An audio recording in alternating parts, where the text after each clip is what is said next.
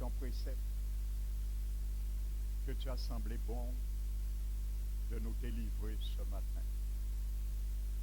Moi, je me réjouis, Seigneur, d'être rien sans toi.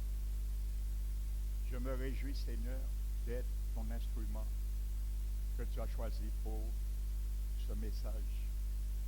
Car moi, je suis qu'un gant, mais toi, tu es la main. Alors je m'humilie sous ta main toute puissante ce matin devant ton peuple. Afin, Seigneur, de venir avec ta crainte. Afin que eux, en retour, que tu les communiques à travers ta parole, aussi ta crainte, mon Dieu. Nous t'élevons, mon Dieu, pour tout, pour ce que tu feras, au cours de ce message. Car tu es un Dieu qui parle, et tu veux encore parler ce matin. Que ton onction tombe sur moi ce matin. Afin, Seigneur, je ne puisse rien garder que tu me dis de donner ce matin. Qu'il soit ainsi, Seigneur, que tu ouvres chaque cœur ce matin, que tu ouvres l'entendement des oreilles et que tu illumines les pensées afin de les renouveler encore ce matin, mon Dieu, pour bien comprendre le sens, la réalité et l'objectif de ton message pour nous des derniers temps. C'est au nom de Jésus-Christ, Père, nous t'avons prié, nous te glorifions. Amen.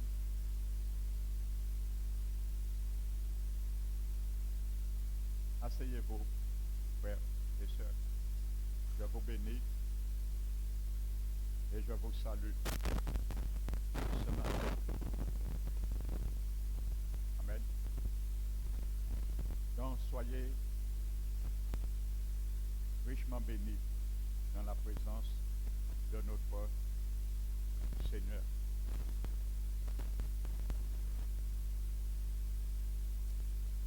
Nous allons ouvrir la parole de Dieu ce matin dans le livre de Osée.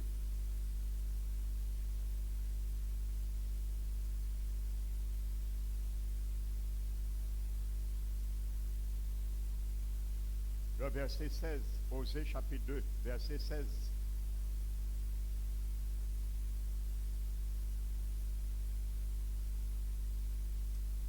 La Bible nous dit, c'est pourquoi voici, je veux, il parle de son peuple, rétrograde, je veux l'attirer et la conduire au désert, et je parlerai à son cœur. Alléluia.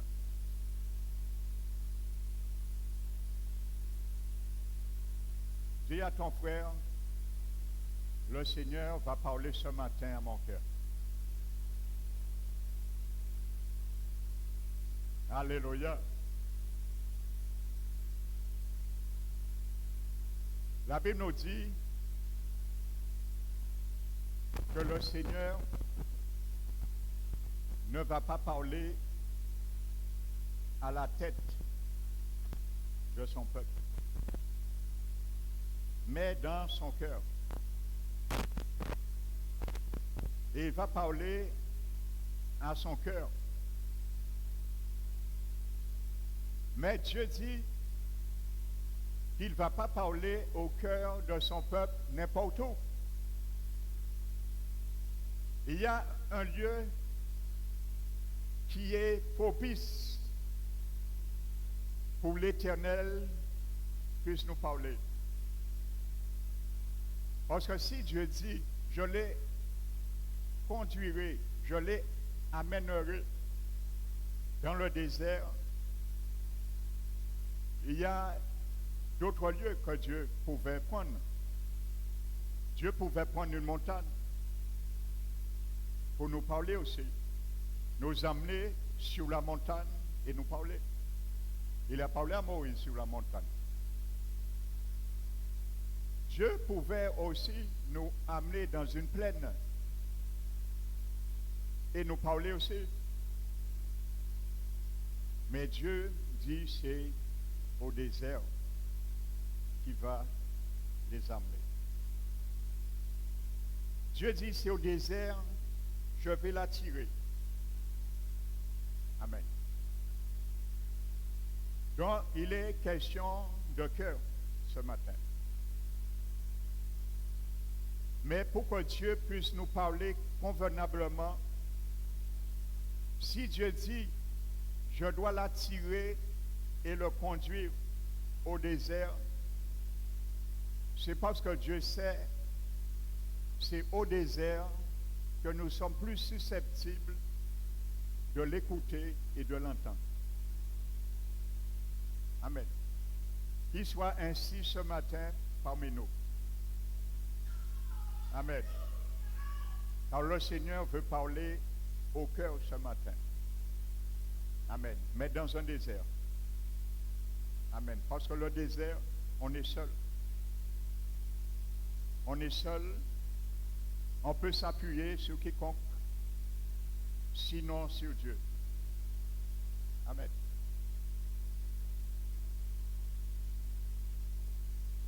Nous allons voir, frères et sœurs, deux parties de ce désert.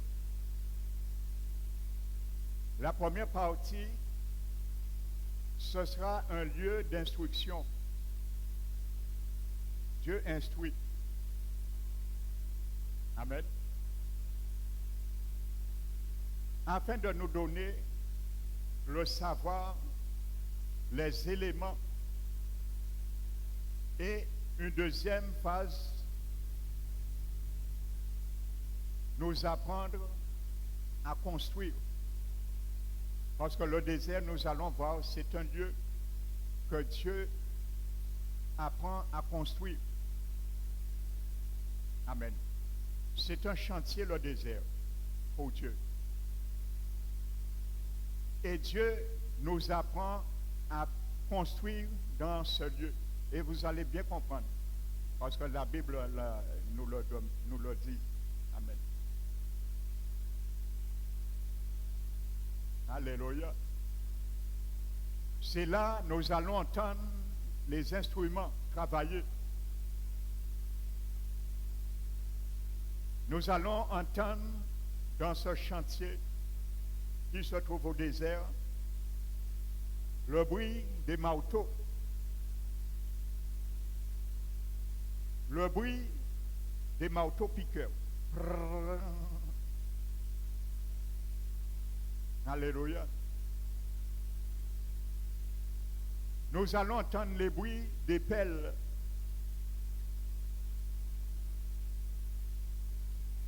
Nous allons voir des niveaux. Parce que Dieu va nous apprendre aussi à niveler le niveau de nos cœurs. Nous allons entendre tous ces instruments dans la deuxième phase. Amen. C'est un lieu, un chantier pour nos cœurs. Et ce chantier, c'est nos cœurs. C'est là le chantier va se passer. Amen.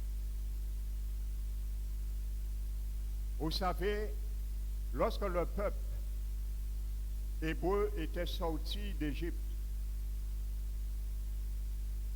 ils sont restés 400 ans esclaves. Dieu les a fait faire 40 ans dans le désert. Si nous divisons ces 40 ans par les 400 années d'esclavage, nous retrouvons 10.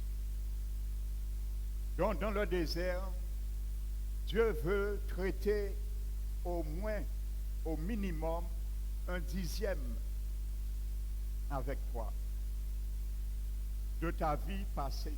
Au moins un dixième. Alléluia. Dans le désert.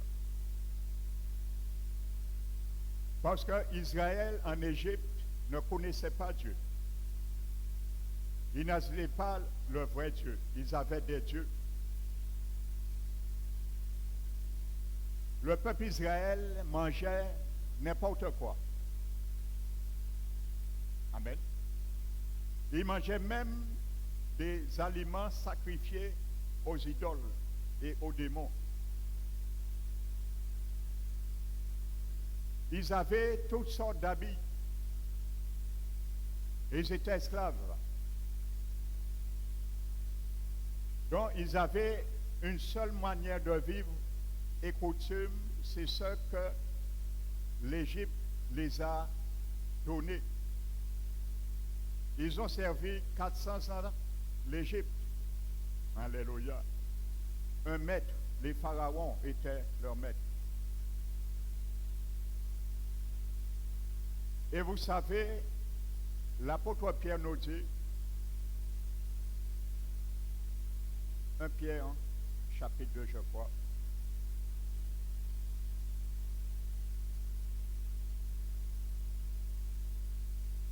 verset 19. Car chacun est esclave de ceux qui a triomphé de lui. Amen. Chacun est esclave de ceux qui a triomphé de lui.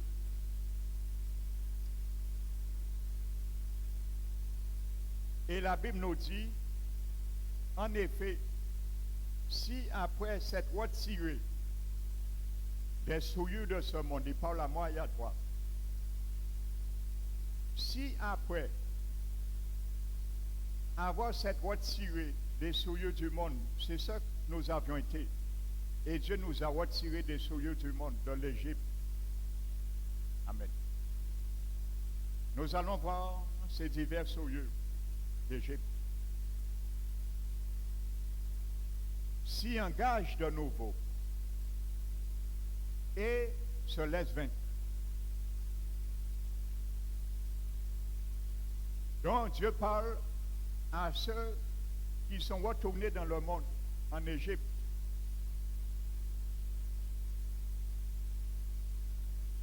Deux Pierre 1, 2. C'est pas 1, 2. Merci. La Bible dit sa condition dernière est pire que sa première condition, frères et sœurs. Notre première condition, c'était quoi? Éphésiens 2 nous le dit. Vous étiez morts. Ma première condition, ta première condition, mon frère, ma soeur, nous étions morts par nos péchés et nos offenses dans lesquelles nous marchions autrefois. Comment? Selon le train de ce monde,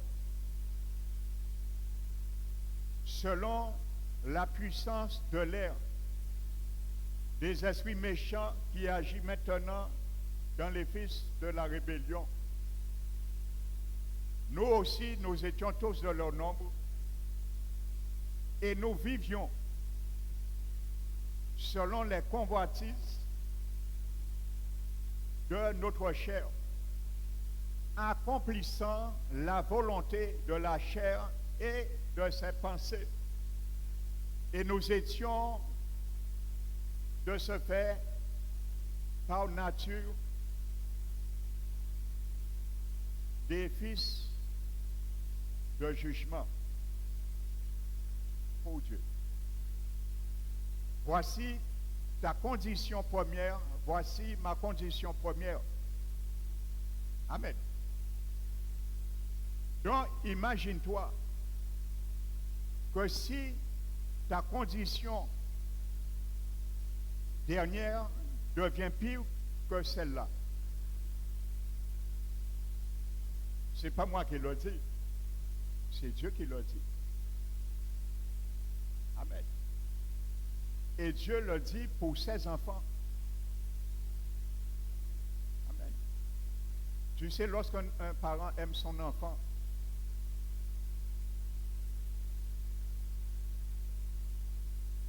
L'enfant aime voir la cuisinière, le feu de la cuisinière.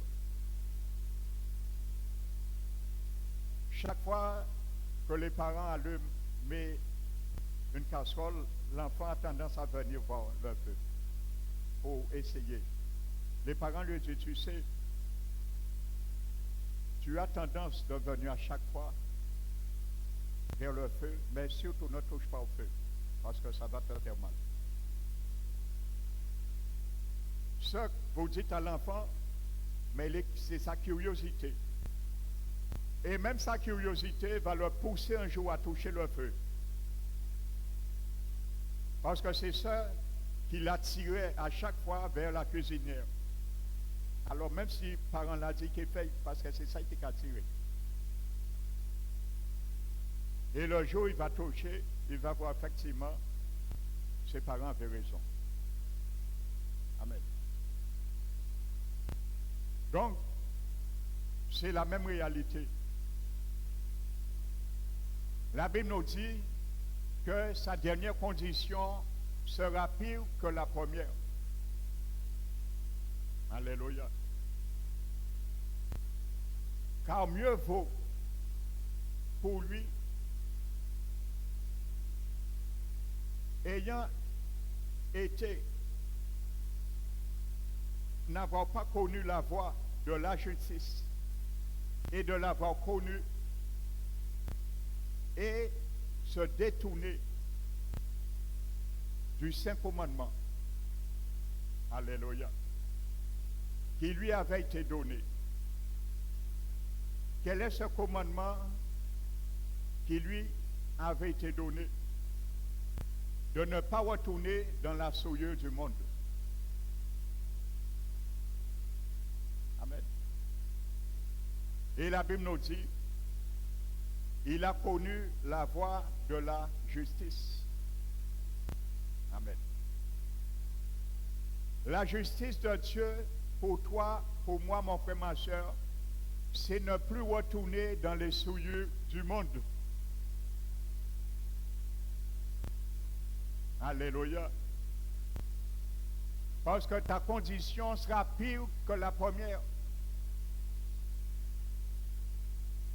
Alléluia. Pourquoi il y a tant de chrétiens, particulièrement des jeunes, et ils ont retourné dans le monde, ils ne peuvent plus revenir au Seigneur. Pourquoi? C'est simplement, voilà. Dieu avait déjà établi l'équation. Leur condition dernière sera pire que la première. Si la première, Dieu a pu t'arracher, peut-être la dernière, tu ne le laisseras pas t'arracher.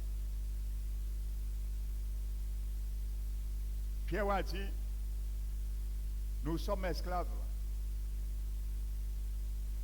à ceux qui triomphaient de nous.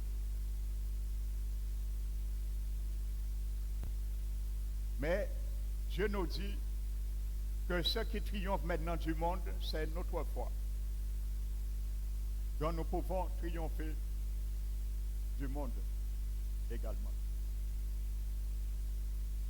Vous savez, l'apôtre Paul, dans Romains 6,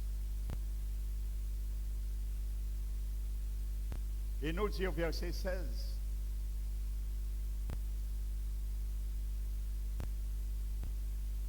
j'introduis ça pour venir sur le chantier avec vous. Romains 6, 16. Ne savez-vous pas, en vous livrant à quelqu'un comme esclave, vous devenez esclave à celui dont vous obéissez. Quand tu te livres à un maître, tu deviens esclave.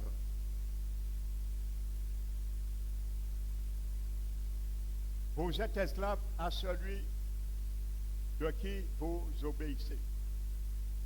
Il y a deux types d'esclavage et il y a deux maîtres. Premier esclavage, soit du péché, la solde, nous le connaissons aussi, qui conduit à la mort. Voici ce chèque que ce maître, le péché, qui est personnifié, va nous donner comme rétribution, la mort. Quand tu vas bien travailler pour lui, lorsqu'on travaille bien pour le péché, nous sommes un esclave. Notre maître, c'est le péché. Et en finalité, lorsqu'on a bien travaillé toute notre carrière, toute notre vie, avant de mourir, il nous donne notre chèque. Tiens, pour tout ce que tu as fait pour moi, la mort. Soit du péché qui conduit à la mort, soit de l'obéissance qui conduit à la justice. Amen. Pierre a dit, après avoir connu la vérité, la justice, et s'est détourné du saint commandement dont nous avons été instruits. Amen. Et Paul dit dans Romains, grâce soit rendue à Dieu. Après avoir été esclave du péché, il y a un après, pas un retour. Après avoir été esclave du péché, nous avons obéi de cœur. Voyez, cœur. C'est pour ça que Dieu veut parler au cœur. Parce qu'on n'obéit pas avec la tête au Seigneur. Si on obéit avec notre tête, on refera les mêmes choses infiniment. Donc, vous avez obéi de cœur à la règle de doctrine. Quelle est cette règle de doctrine? De ne plus être esclave du péché. À la règle de la doctrine. À la règle de doctrine. Amen. Et ayant maintenant été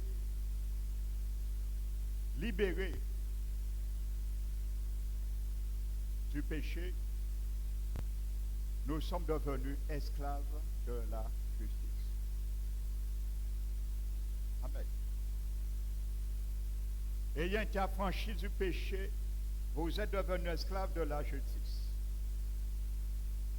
Quand Dieu t'a franchi, mon frère, ma soeur,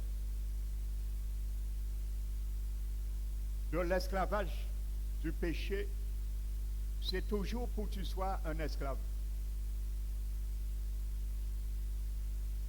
Et il y a certaines personnes qui disent, moi, pas esclave à pas mon.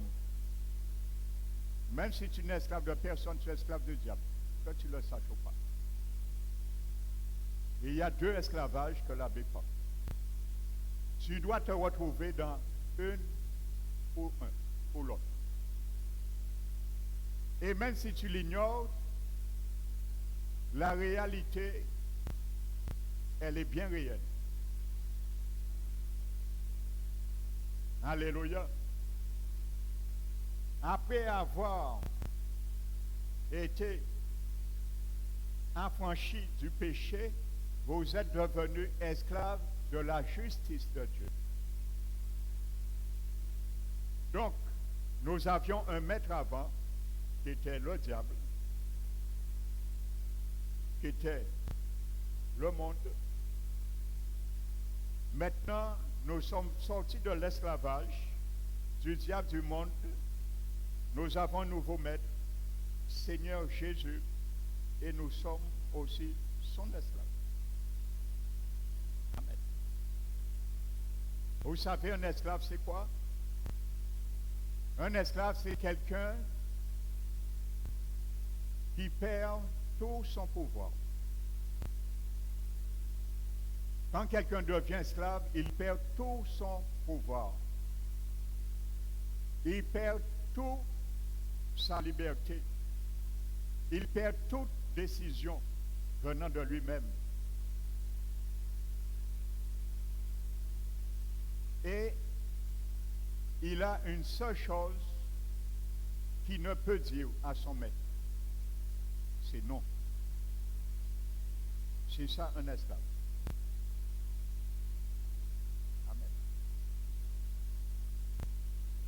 Mais à la différence, l'esclavage du Seigneur est la meilleure esclavage. Parce que le Seigneur Jésus nous permet de lui dire non.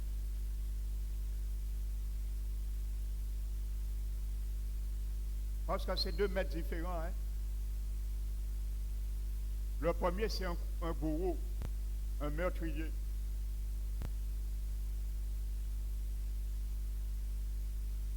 Mais le deuxième, c'est celui qui respecte la liberté de ses serviteurs, les esclaves, qui s'appelle Jésus-Christ. Parce que si demain, tu te trouverais au ciel par force, tu aurais pu dire à Jésus, ouais, mais je suis là, mais c'est toi qui m'as fait. Si je suis là, je ne voulais pas être au ciel, tu m'as forcé. Jésus ne peut pas forcer quiconque pour aller au ciel. Alléluia. C'est pour ça le jour du jugement,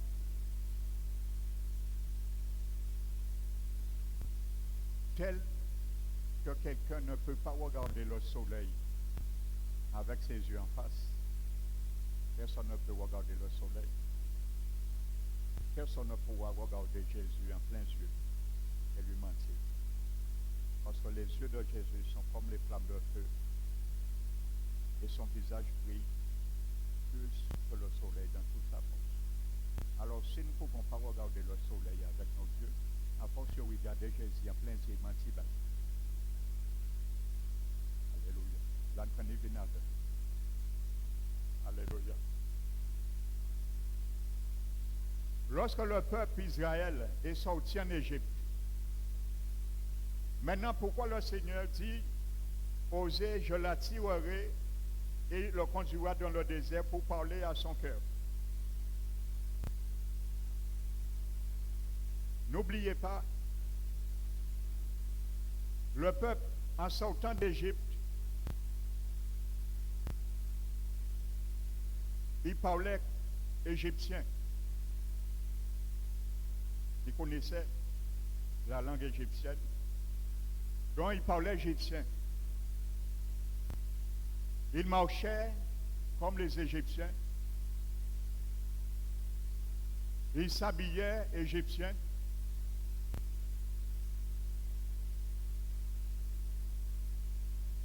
Il mangeait égyptien. Comme aujourd'hui, il y a certaines nourritures, c'est McDo, c'est KFC. Amen. J'ai rien contre McDo, KFC. Alléluia. Pas du pasteur, du paille là. Hein. À passant dit, hein. En cas de soin, des mêmes boucliers, moi. Parce qu'à chaque fois, il y a dit ça, moi, pas dit. Alléluia. Donc, il mangeait égyptien. Maintenant, il sort d'Égypte. Et le Seigneur ne veut pas qu'il continue à manger égyptien. Le Seigneur ne veut pas qu'il continue à marcher comme les Égyptiens. Le Seigneur ne veut pas qu'il continue à parler comme les Égyptiens et ni s'habiller comme les Égyptiens. Ça, c'est le monde. Et aujourd'hui, il y a beaucoup qui viennent au Seigneur.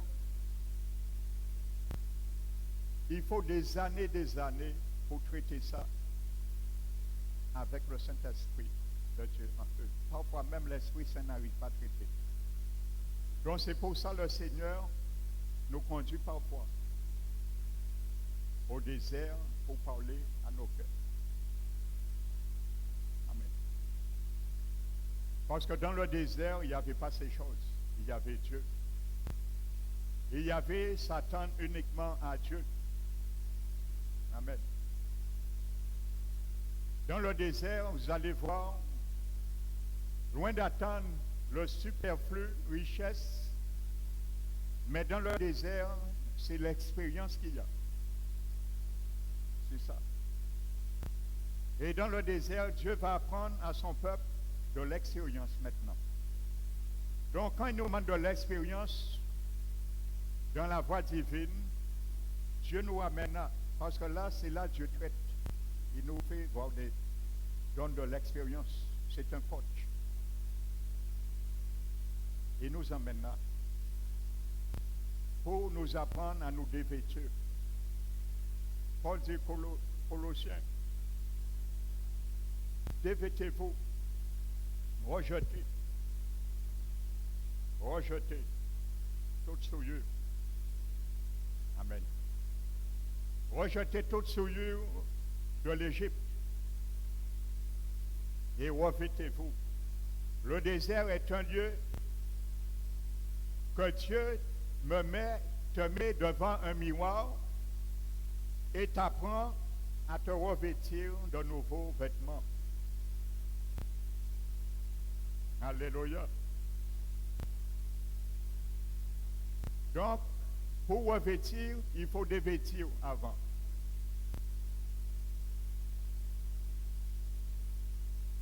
Donc, pour que le Seigneur veut faire entrer dans nos cœurs, il faut nettoyer avant le cœur. Donc, l'Égypte a été un séjour d'esclaves.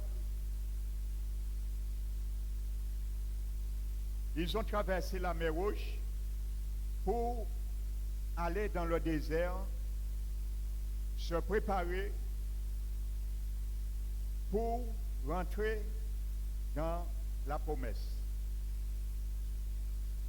Donc, mon frère, ma soeur, nous ne pouvons pas rentrer dans la vie éternelle en finalité si nous ne passons pas par le désert, l'éducation préalable à l'école du Saint-Esprit. Pour nos cœurs, il s'agit de cœur. Amen. Donc, c'est pour cela, aujourd'hui, le Seigneur veut nous apprendre dans le désert, en parlant à nos cœurs, de rejeter toutes les manies du monde, toutes les modes du monde, toute nourriture du monde. Quand je parle de nourriture du monde,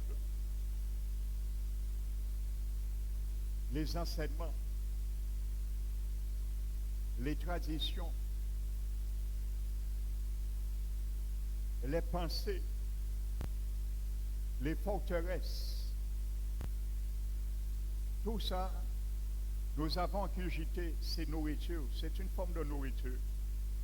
Et le Seigneur veut aussi nous apprendre à oublier ces genres de nourriture. Amen. N'oubliez pas ce que Dieu, dans Deutéronome 8, noté, avait dit à son peuple. Il a dit, souviens-toi,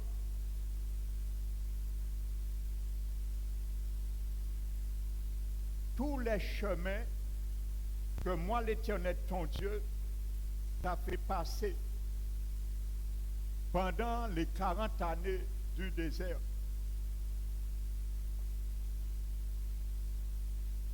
Dieu n'a pas choisi 30 années, 50 années, 40 années. Autant de fois, autant de délais qui correspondra à l'état de nos cœurs, le Seigneur nous fera passer, frères et sœurs. Si c'est 4 ans pour traiter l'état de nos cœurs, le Seigneur va nous faire passer dans un désert, ce sera 4 ans. Si c'est 2 ans, le Seigneur nous fera passer 2 ans de désert, parce que c'est là qu'il veut nous ramener, nous attirer, nous conduire, pour parler à nos cœurs. Amen. Si c'est 10 ans de désert, mon frère, ma soeur, pour que le Seigneur parle à ton cœur, tu perdras 10 ans. En quelque sorte. Quand je dis tu perdras, en ce qui concerne ton avancement spirituel. Mais tu gagneras toujours avec le Seigneur si tu le désires, si tu te laisses enseigner dans le désert. On gagne toujours avec Dieu lorsqu'on se laisse enseigner. Mais dans le désert, il fait chaud. On n'est pas bien altéré. Ainsi de suite. Les circonstances de la vie sont tout à fait différentes. Ce n'est pas une vie normale. C'est une vie particulière. Et c'est normal, le Seigneur veut nous ramener dans une vie particulière. Dans le royaume de Jésus, ce n'est pas une vie normale. C'est une vie particulière. Alléluia. Donc, souviens-toi des 40 années. Afin de t'humilier et de t'éprouver. Pour savoir quel est l'objectif du désert, mon frère, ma soeur, pour toi et moi, c'est pour savoir quelque chose.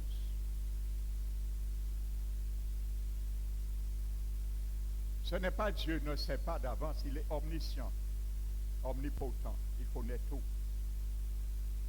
Il peut tout. Mais comme il sait déjà d'avance l'état, la disposition de nos cœurs, c'est dans ce sens qu'il dit au peuple ça. Pour t'humilier et t'éprouver, pour savoir quelle serait la disposition de ton cœur. Vous voyez, de cœur encore. Dans le désert et cœur. Désert, cœur.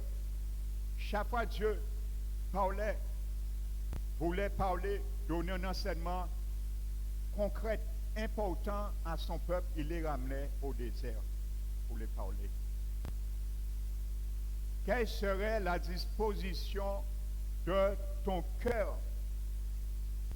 Et cette disposition du cœur, c'est quoi? Si oui ou non, tu observeras mes commandements. Voici l'objectif du désert.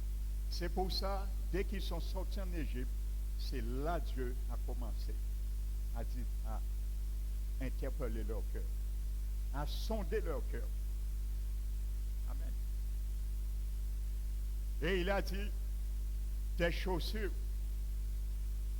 tes vêtements ne sont point usés, tes pieds ne sont point enflés, mais je t'ai humilié et te fait subir la faim, afin que tu saches, en mangeant la manne, la nourriture que ni tes pères ni toi n'as connue, pour que tu saches que l'homme ne vivra pas de pain seulement, mais de toute parole qui sort dans la bouche de Dieu. Et Dieu peut reconnaître dans ton cœur, en ton cœur, que l'Éternel, ton Dieu, te châtie comme un homme châtie son fils. Dans le désert, c'est pour que Dieu traite nos cœurs. Il parle que de cœur. Le désert, c'est pour connaître la disposition de nos cœurs et habiliter la disposition mauvaise de nos cœurs. Réhabiliter nos cœurs. Parce qu'en Égypte, le cœur avait pris une mauvaise disposition. Il faut réhabiliter le cœur. Amen. Avant que tu rentres dans ton éternité au ciel avec le Seigneur. Alléluia. Donc voici l'objectif du désert. Amen. Et dans le désert, Dieu te supporte, mon frère, ma soeur.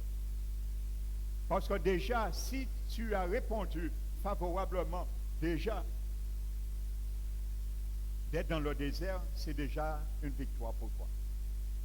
Et Dieu voit cette victoire pour toi et moi, déjà de répondre favorablement à l'invitation du Seigneur l'Éternel notre Dieu dans le désert.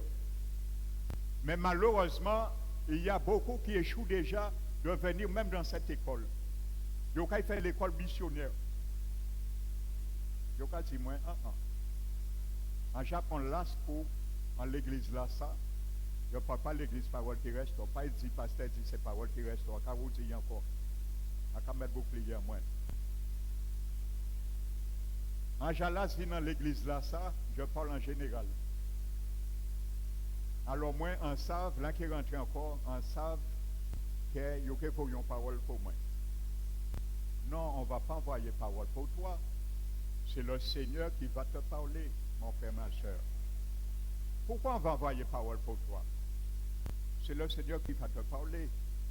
Parce qu'il a dit, il t'attire et te conduit dans le désert pour parler à ton cœur. Au moins, réponds favorablement à l'invitation. Quand tu envoies un CV,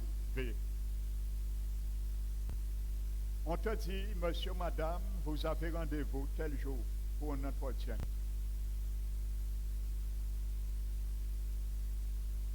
Peut-être tu as entendu, quelqu'un t'a dit, mais non, pour cela, on écrit un CV, à pas ça, pas un entretien. Mais si tu as entendu ça, tu n'iras pas. Tu perdras tout. Mais va au moins, ça te contient d'aller. Quand tu as ta bout de Dieu au patron, oui, mais ce n'est pas ça que j'avais mis.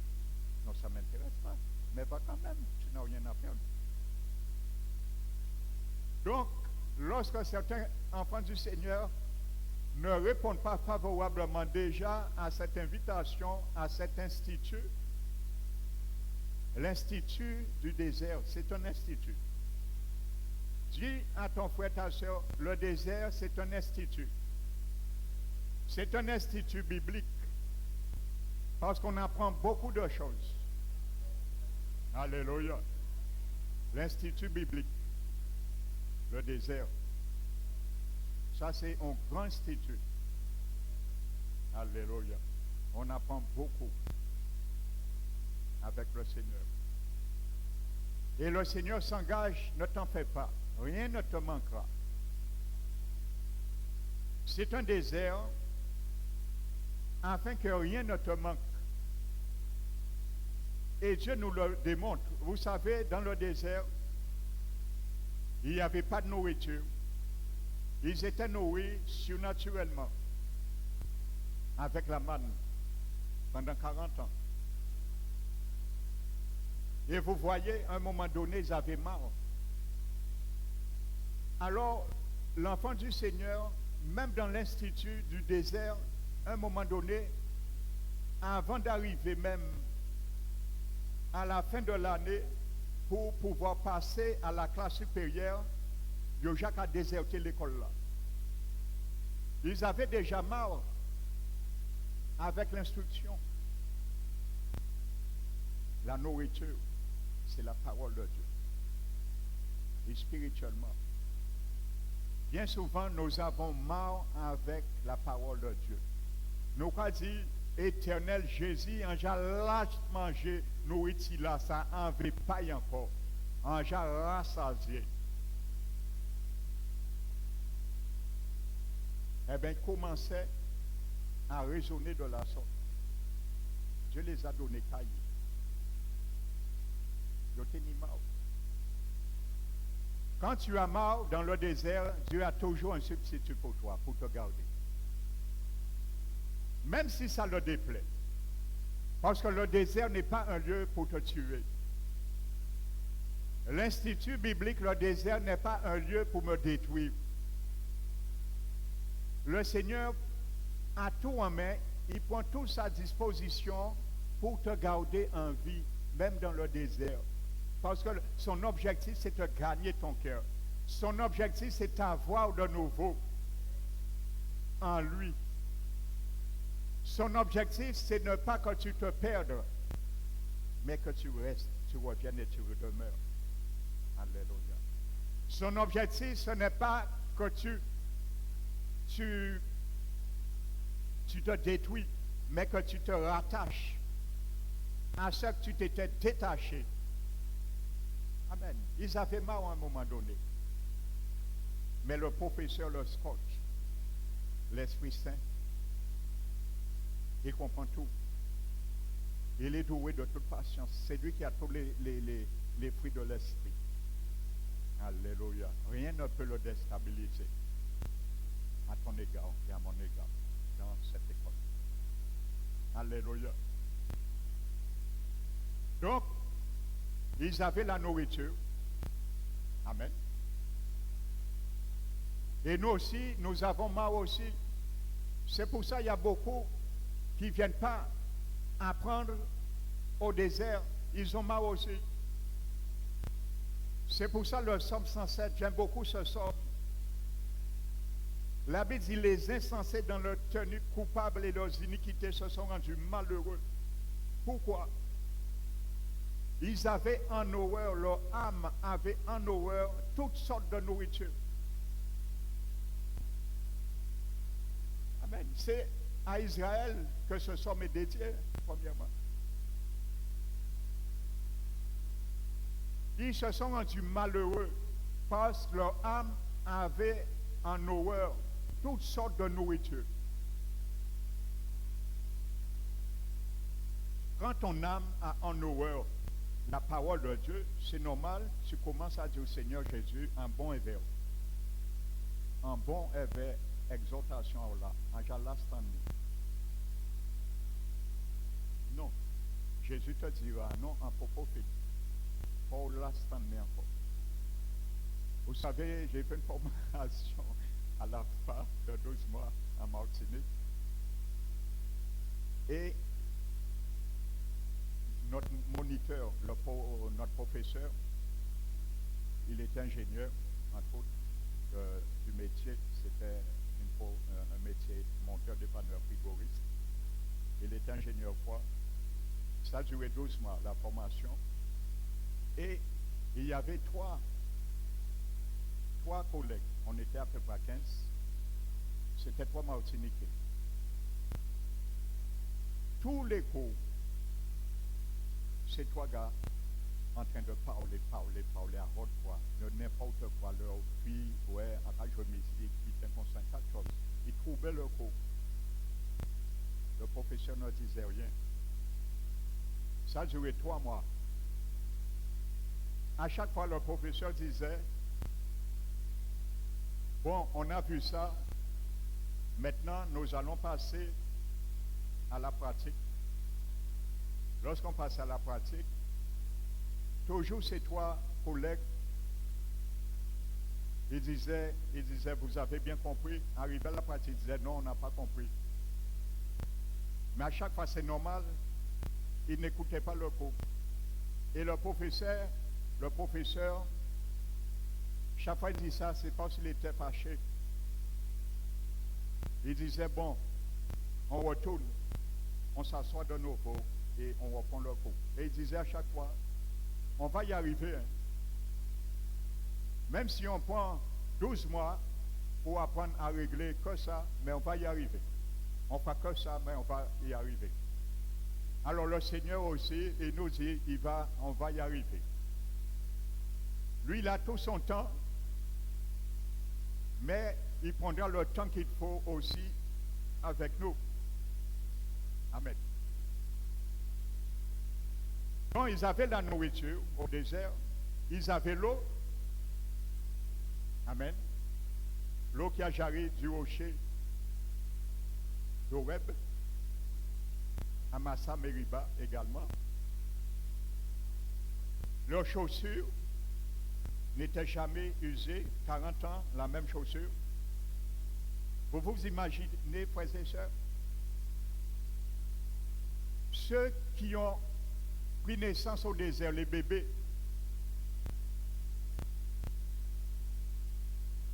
essaient de comprendre, réaliser qui est Jésus. Un bébé qui prenait naissance au désert, il a 1 an, 2 ans, le Seigneur lui donne une chaussure qui change 2 ans. Et il grandit, au fur et à mesure il grandit, 13, 14, 20, 30, son pied grandit, les chaussures grandissent en même temps. Une seule paire de chaussures. leurs vêtements n'étaient point usés. Ça, c'est Dieu qui fait ça. Dieu prévoit tout pour toi et moi dans le désert. La seule chose qui l'importe, qui l'intéresse, que nos cœurs soient disponibles. Parce que son objectif, il traite tout cela pour parler à nos cœurs. C'est ça qui intéresse le Seigneur dans le désert. Parler à un cœur. Dans l'institut biblique, le désert, toute personne qui rentre là dans cet institut, je suis venu m'inscrire, Saint-Esprit, pour réparer mon cœur. Alléluia. C'est un garage aussi pour faire le vidange. Parce qu'il fallait faire le vidange des cœurs des Hébreux pendant 40 ans. Le cœur était sale, le cœur était souillé. Le cœur était corrompu. Donc, Dieu voulait faire le vidange, la vidange des cœurs avant d'aller plus loin avec eux. Parce qu'ils ne pouvaient pas aller plus loin. La preuve, ils n'ont pas été plus loin. Ils sont tous morts au désert.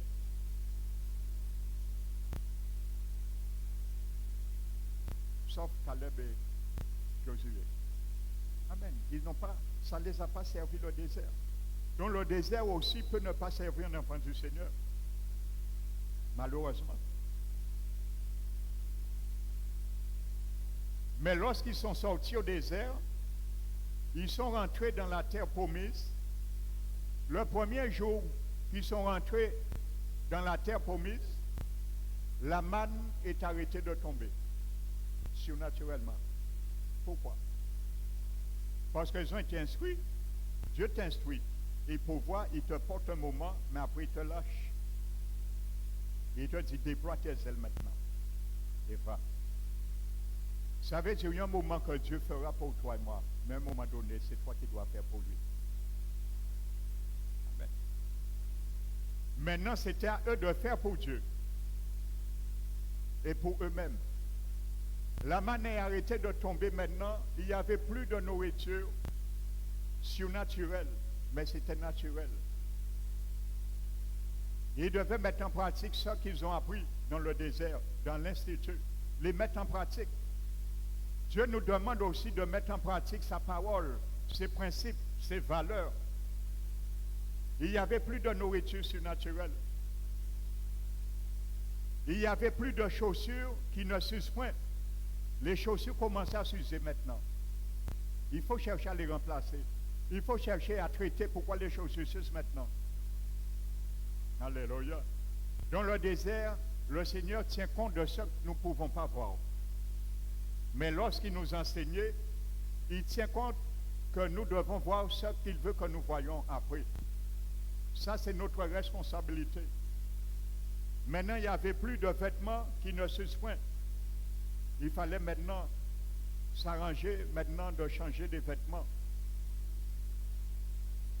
Il fallait cultiver le sol de la terre pour subvenir à ses besoins, manger les fruits du pays. Et il n'y avait plus de manne. C'est fini. Le jour qu'ils ont rentré, le premier jour, la manne a cessé. Amen. Donc voici ce principe, frères et sœurs. Donc le Seigneur veut aujourd'hui traiter avec nous. Ne plus aimer le monde. Ne plus marcher comme le monde. Aujourd'hui dans l'église, beaucoup marchent encore comme le monde. Aujourd'hui dans l'église, beaucoup s'habillent comme le monde. Dieu voulait que le peuple hébreu ne s'habillait plus égyptien. Alléluia. On s'habille toujours comme le monde. On vient à l'église comme le monde. Alléluia. Amen. Je ne vais pas m'étendre sur cela. Chacun se reconnaît. Et je ne parle pas ici. Je parle en général. Amen. Lorsqu'un bateau est sur la mer, il est en sécurité. Mais quand la mer rentre dans le bateau, c'est catastrophe.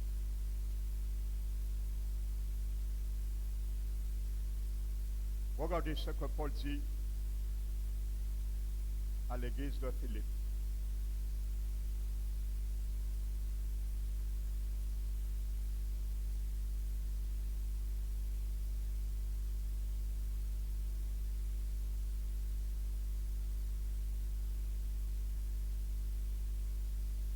chapitre 2.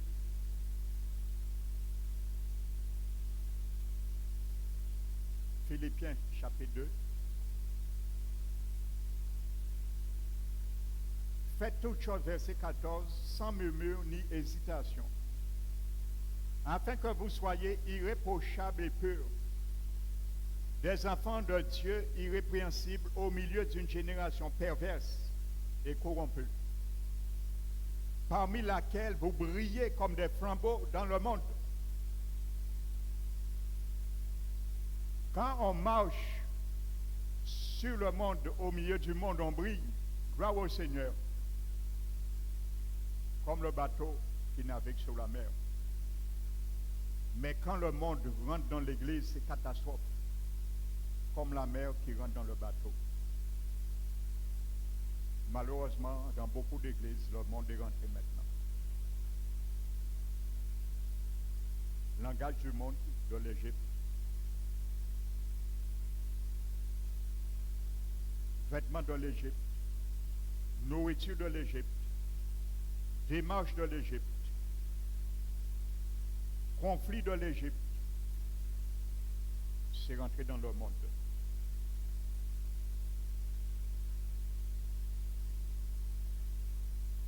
Amen. Voici ce qu'on trouve. Et c'est pour ça que Dieu veut traiter, lorsqu'on sort dans le désert, nous, en Égypte, traiter avec nous avant d'aller plus loin. Alléluia. Dans le monde, le Seigneur veut nous retirer du monde.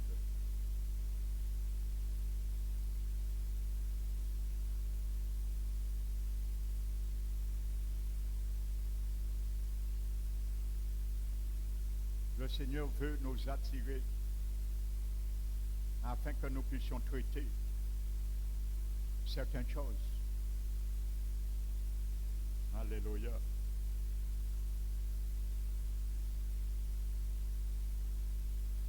Il est grand, il nous aime. Il ne veut pas que nous nous perdons dans le monde, frères et sœurs.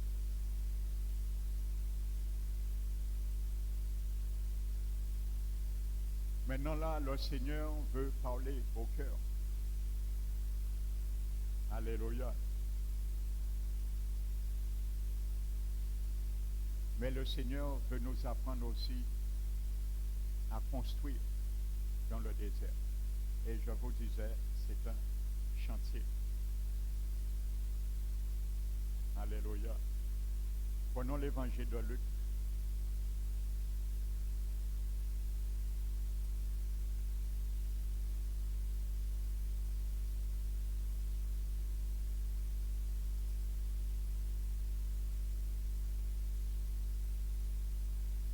Luc chapitre 3.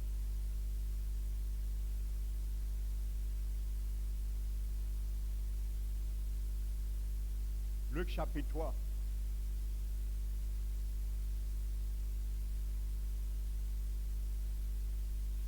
Et verset 3.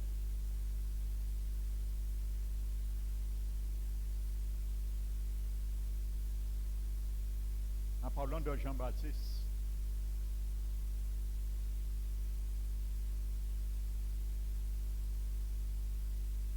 verset 3, et il alla dans tout le pays des environs du Jourdain, prêchant le baptême de repentance à cause du pardon des péchés, selon ce qui est écrit dans le livre des paroles d'Ésaïe, le prophète. C'est la voix de celui qui crie dans le désert. Où c'est que la voix de Jean-Baptiste criait? Dans le désert. Amen. Dans le désert.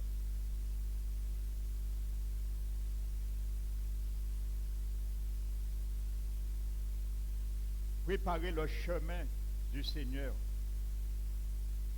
Aplanissez ses sentiers.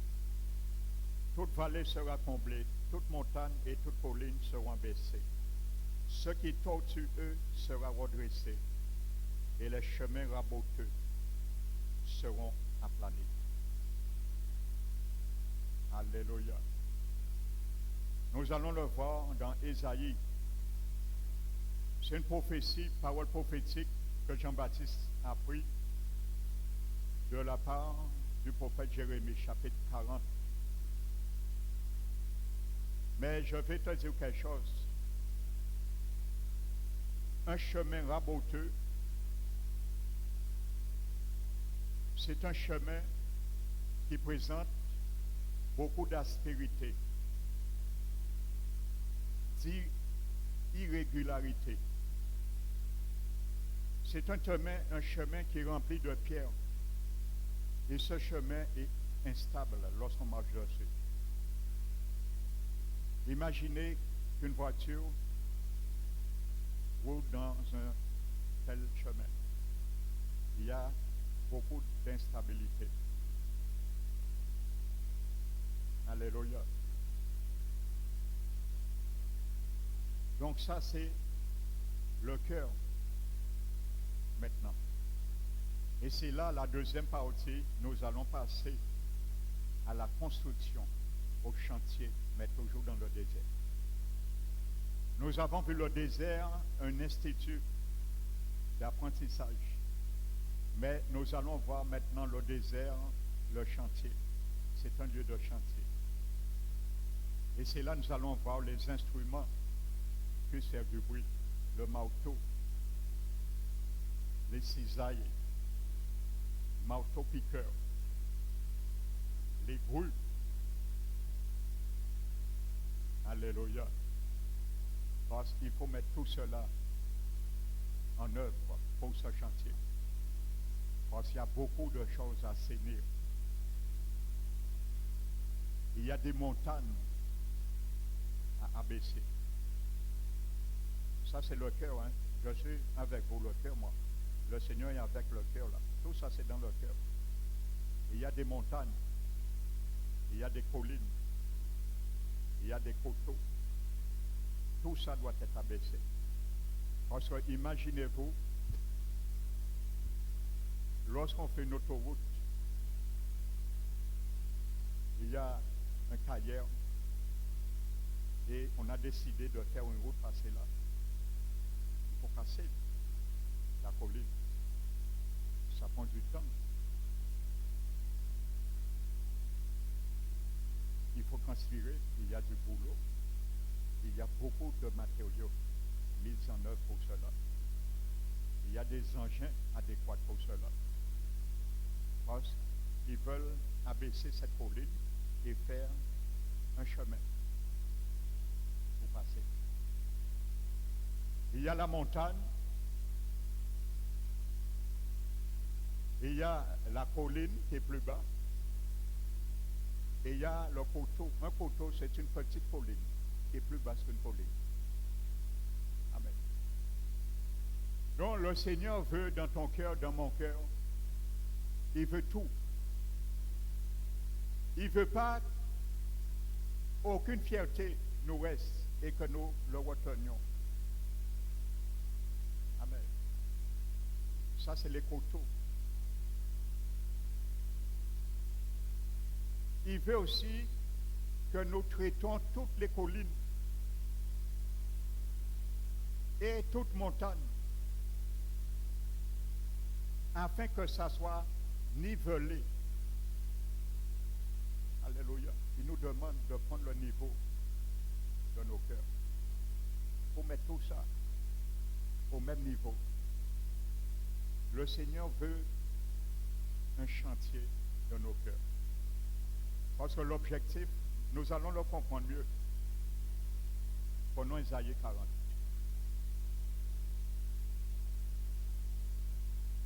Isaïe 40.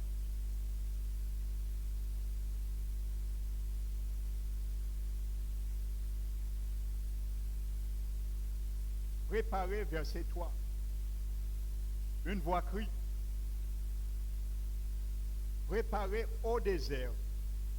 Où il faut préparer ça? Dis-le fort. Toujours dans le désert. Je suis toujours au désert avec vous et toujours pour le cœur. La meilleure manière de traiter un cœur, c'est au désert. Alléluia. Nous avons vu l'Institut, le désert. Nous allons voir le chantier maintenant qui s'appelle le désert. Ça, c'est nos cœurs. Et ce chantier se passe dans ton cœur et dans mon cœur. Afin que nous comprenions quelque chose, frères et sœurs. Nous disons, nous aimons le Seigneur. Le Seigneur est dans mon cœur. Le Seigneur, le Seigneur. Eh bien, vous allez bien comprendre. À chacun de nous, nous allons maintenant dire ensuite, est-ce que vraiment le Seigneur séjourne, il rentre vraiment lorsque je l'invite pleinement. Parce que ce chemin que Ésaïe nous demande et Jean-Baptiste, c'est un chemin que nous devons nous en occuper, de traiter, de retirer toute embûche, aspérité, d'assainir les montagnes comme Dieu nous donne, afin que le Seigneur vienne. Afin que lorsqu'on invite le Seigneur dans nos cœurs, dans nos vies, dans nos situations, il n'y a rien qui puisse l'empêcher pour toutes ses chevilles. Amen. Parce que le Seigneur nous dira, non mon fils, ma fille, je ne peux pas rentrer dans ce domaine, dans ton cœur, parce que je vais attraper une entorse. Parce qu'il n'y a on roche là, et ils n'ont tout là. À côté, ils n'ont l'aspérité, et ni la boule, qui met bien moins qu'à risquer de attraper une entorse. Traite ça avant. Et quand ce sera prêt, je marcherai et je rentrerai. Alléluia. Ce n'est pas le Seigneur qui le fera, c'est nous. Écoutons bien ce que dit le prophète. Préparez au désert le chemin de l'Éternel. Pas l'Éternel prépare son chemin. Pas l'Éternel prépare un chemin pour moi. Pas l'Éternel prépare un chemin pour toi. C'est toi et moi prépare un chemin dans ton cœur pour le Seigneur vient. Alléluia. Et ce chemin se traite, ce chantier, dans le désert. Alléluia. Je l'ai attiré, je l'ai conduirai dans le désert afin de parler à son cœur. Nous sommes toujours pour le cœur. Donc là, c'est toujours le cœur que nous traitons ce matin. Amen. Alléluia. Aplanissez tous les lieux arides. Une route pour notre Dieu. Tu veux le Seigneur vienne dans ta vie, tu veux le Seigneur traite tes affaires, tu veux le Seigneur réjouir ton cœur, tu ne sens jamais la paix. Commence à aplanir dans les lieux arides une route pour ton Dieu, pour sentir la paix. Si la paix ne vient pas, quand tu cherches la paix pour le Seigneur, c'est parce qu'il y a quelque chose qui bloque le Seigneur. Tu as mis un panneau de chantier qui n'est pas achevé, chantier en cours, interdiction d'avancer, danger. Ton chantier est en cours, il n'est pas terminé. Tu dis le Seigneur d'avancer, mais tu veux le Seigneur prendre un coup de pierre sur sa tête alors. Tu dis le Seigneur rentre dans ton chantier, ce n'est pas terminé. Tu veux le Seigneur puisse transgresser le panneau d'affichage, interdiction d'entrée. Mais si le chantier n'est pas achevé, il ne peut pas rentrer. Il va respecter la loi. Alléluia. Donc c'est normal, c'est le Seigneur qui amène la paix. Mais s'il ne peut pas rentrer dans ton cœur, comment il va amener la paix? Alléluia. Tu as un panneau, j'ai un panneau d'affichage là. Chantier en cours, interdiction de pénétrer, danger. Le Seigneur vient, il voit ça, et dit, mais tu es un chantier, ton cœur est un chantier. Moi, je demande d'aplanir et préparer un chemin pour moi dans le désert. Donc, quand ce sera prêt, je vais porter la joie pour toi. Alléluia. Parfois, nous cherchons la paix. Nous n'avons pas la paix. C'est normal. Le chantier, la partie de ce chantier n'est pas encore traitée. Le panneau est toujours là. Quand ça sera fini, enlève le panneau et le Seigneur entrera. Il viendra sonder le terrain pour voir s'il doit rentrer ou pas. Alléluia. Il ne doit avoir aucune déformation. Jean-Baptiste a dit ce qui est raboteux, le chemin raboteux doit être assaini. S'il y a encore des pierres, des aspérités, amen. Le Seigneur ne veut pas que nous soyons des chrétiens de superficialité de cœur, mais vrai. Un chrétien qui vit dans les profondeurs de la parole et les choses de Dieu. Jésus a dit, la semence qui est tombée sur la partie rocailleuse, la racine a séché parce qu'il n'y a pas de profondeur pour la racine puisse rentrer. Ça, c'est un chrétien superficiel. Il ne prie pas, il ne lit pas la parole. Lorsqu'il vient à l'église, c'est une grâce déjà de venir à l'église, d'entendre la parole, parce que chez toi, tu ne le lis pas. Tu ne saisis pas cette grâce. Tu fermes tes oreilles. Comment tu peux construire, travailler sur ton cœur, abattre les montagnes? Le Seigneur te donne par contre les outils pour cela. Il te donne l'engin pour cela. Mais il faut louer l'engin pour ça. Il te donne tous les outils, par contre le Seigneur s'en occupe.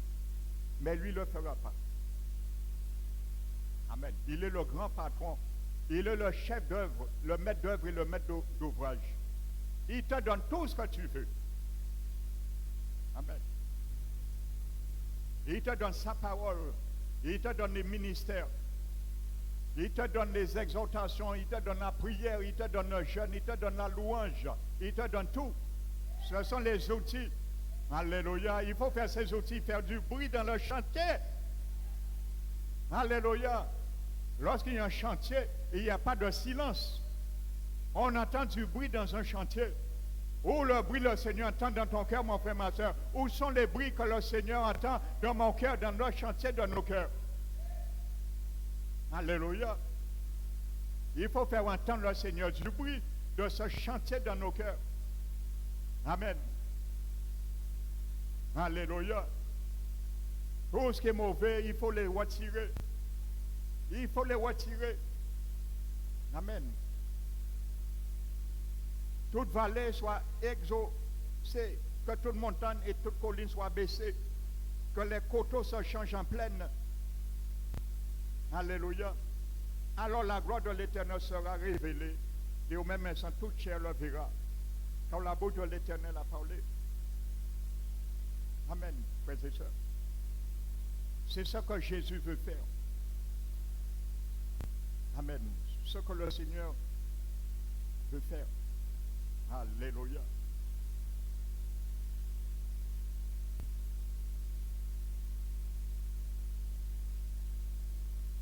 Amen.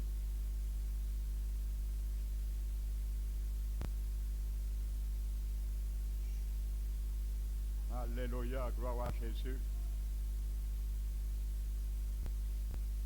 Tout ce qui est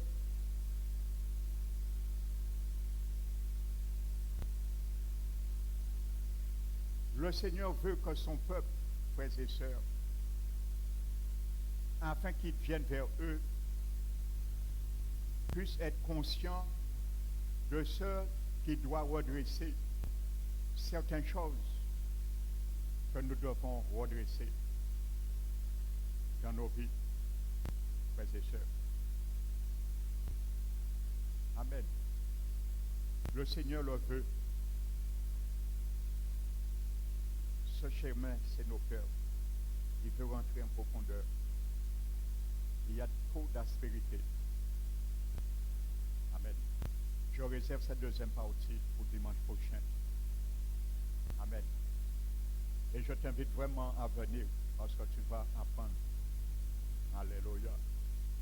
Parce qu'il y a un mot grec que la Bible employait.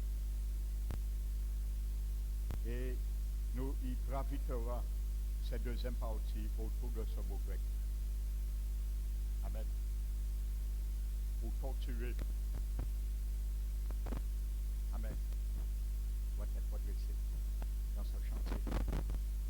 Et c'est ça. Pour mettre tous les instruments en œuvre pour redresser. C'est le mot grec scoliose. Et de ce mot grec, appelle le mot français scolio.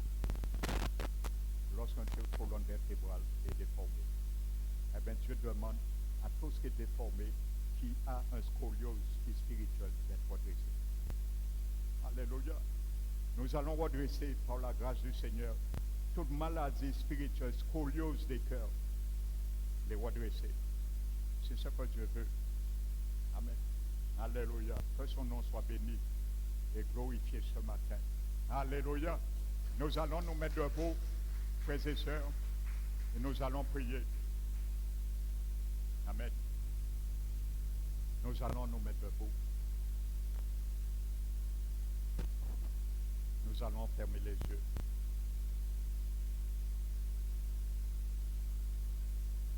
Père très saint, merci, merci, merci mon Dieu. Tu ne cesses, Seigneur, de nous enrichir. C'est pour que demain, Seigneur, tu ne puisses entendre de nos bouches dans tes oreilles. Nous n'avions jamais eu l'opportunité de le faire. Mais nous sommes heureux, Seigneur, encore ce matin, de venir dans ta maison. Cette maison, Seigneur, tu nous enseignes tout. Et en toi, nous avons tout pleinement. Car habite en toi, Seigneur Jésus, corporellement, toute la plénitude de la divinité. Tu as tous les moyens, Seigneur, pour nous ramener à la droiture. Tu as tous les moyens et tu nous ramènes dans toutes les opportunités afin de redresser nos voies, afin de redresser nos cœurs, parfois tortueux, car à la base, un cœur, tu dis dans ta parole, est tortueux parmi tous qui peut le connaître. Tu dis dans ta parole qu'un cœur est incurablement méchant, mais toi, tu nous donnes des instruments pour pouvoir arriver, Seigneur, à la fin d'un bon chantier que tu attends, pour que tu viennes vers nous, Seigneur. Père éternel, nous te demandons ce matin ta grâce.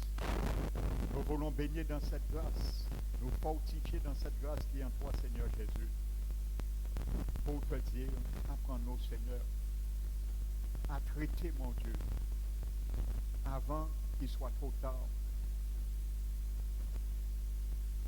le chantier que tu attends de nous, car peut-être chacun de nous a des parcelles dans son cœur qui n'est pas encore achevé, afin, Seigneur, que nous puissions arriver à retirer ce panneau de fin de chantier et que tu rentres et te réjouis dans cet appartement que tu demeures notre cœur. Mais nous savons, Seigneur, que s'il y a des domaines, bien qu'habitant nos cœurs, tu ne peux pas y rentrer, ce n'est pas de toi ta porte, mais c'est de nous. Et tu nous as montré maintenant, tu nous as donné le dossier, ce que toi tu attends de nous, afin que nous la faisions dans ce délai que tu attends de chacun de nous. Afin, Seigneur, que chacun de nous, je te prie, que nos vies, Seigneur, soient agréables, exemplaires à toi, et que comme tu le veux, tu nous le demandes, que le monde voit que nous sommes des enfants, Père éternel, qui soient vraiment irrépréhensibles, qui brillent comme des flambeaux au milieu de ce monde pervers et corrompu qui se perdent, Seigneur, pour porter ta parole, la lumière que tu nous demandes, Seigneur. Merci, Seigneur. Je te demande, Seigneur, que la paix, Seigneur, qui manque à certains cœurs parmi nous, s'installe maintenant, Seigneur. Que ceux qui étaient venus charger, que tu puisses prendre leur fardeau, mais les apprennent à te laisser traiter avec eux. Et ne pas rejeter ta correction, car tu as dit à ton peuple, considère l'Éternel ton Dieu, t'humilie comme un père châtie son fils.